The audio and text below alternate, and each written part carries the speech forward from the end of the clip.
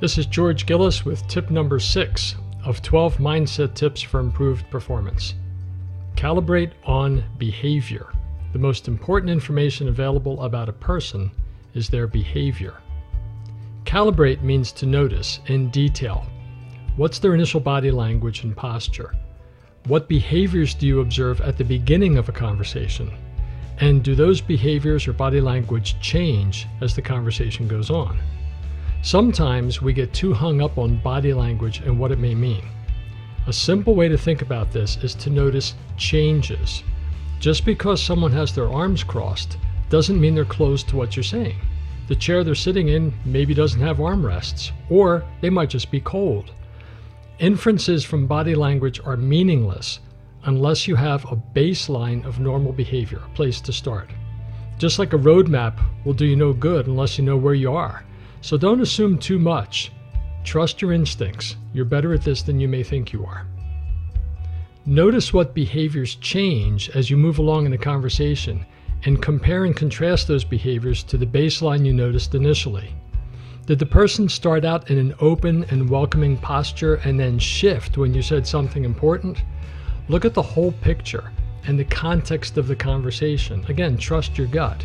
With people who you know well, chances are very good you know as soon as a word is said or a phrase is said what they're feeling. And with enough training and practice, you'll have the same sensitivity with prospects and anyone else that you're in a conversation with. Calibrating on behavior also provides you the information you need to start to establish rapport at the unconscious level. And this is important information you need to quickly establish trust and credibility. Once you have the baseline, you can adjust your body language accordingly.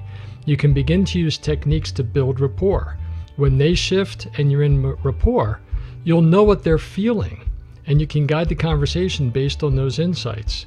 And what they're feeling is important because we all know decisions are made based on emotion, and then we back them with logic.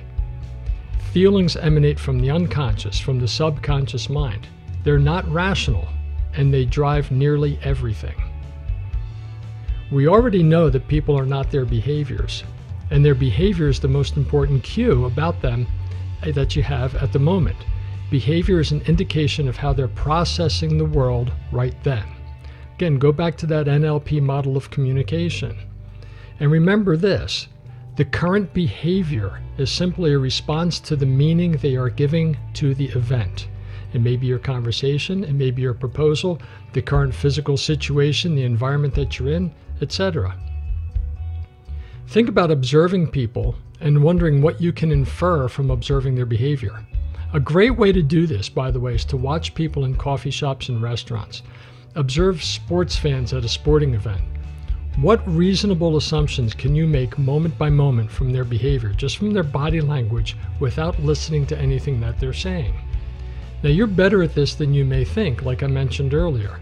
You just have to be careful. If you do this exercise of observing people in public, you got to be careful not to stare too long, okay? Go with your gut instinct.